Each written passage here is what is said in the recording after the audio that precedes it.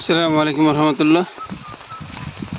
এই প্রথমে দেখলাম পাহাড়ের মধ্যে তো পানি জমে আছে, প্রচুর পরিমাণে পানি। মাশাআল্লাহ, একটা ফাঁকনাম।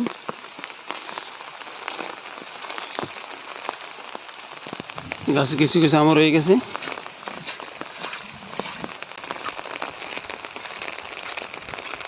বৃষ্টিতে পাহাড়ের অবস্থা, প্রচুর পরিমাণ বৃষ্টি হচ্ছে।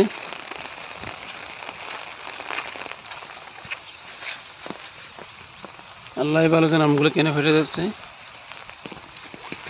প্রচুর বৃষ্টি, বৃষ্টিতে কলা বাগান এগুলো পানিতে পরিপূর্ণ হয়ে গেছে, বলার মতো না।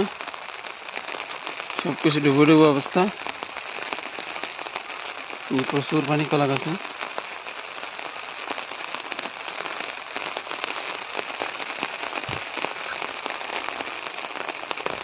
মাশাআল্লাহ, পাহাড়ের অবস্থা এত সুন্দর, মন মুগ্ধ হয় বলার মতো না।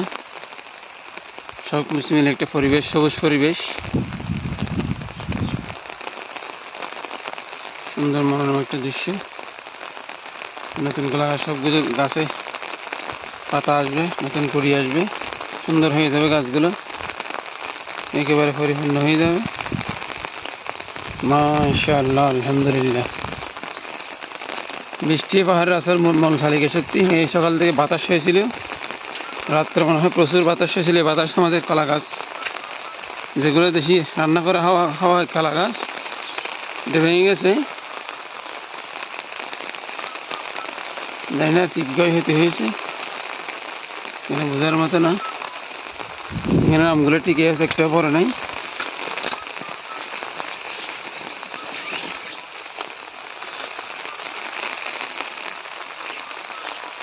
জঙ্গল,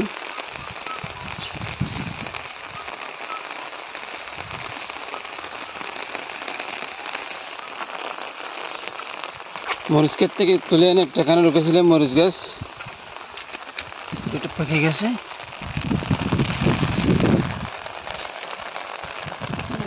মাশাআল্লাহ, এই যে কি বলে যে অবস্থা, বৃষ্টি। এই গাছগুলো হচ্ছে পাহাড়ের সৌন্দর্য আসল, ফুল গাছ।